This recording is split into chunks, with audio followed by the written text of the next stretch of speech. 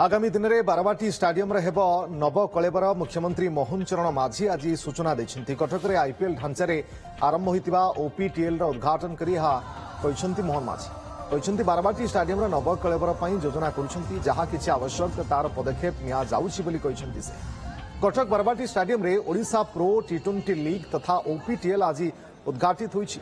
OCA एवं आरिभा sports मिलित उद्यम रे होउछि ए ओपीटीएल आसंता 26 तारीख पर्यंत चलिबो। बारवाटी रे ओपीटीएल विजेता दल को मिलिबो 50 लाख टंका, उपविजेता टीम को मिलिबो 25 लाख पुरस्कार राशि। आज आ गुटे आईपीएल परिका गुटे खेल से स्टैंडर्ड रो से पिला माने खेलिबार सुजोग आज गुटे पाइछंती। निजे ब्रांड एम्बेसडर हिकरी हमर इरफान पठान एठी आसीछंती।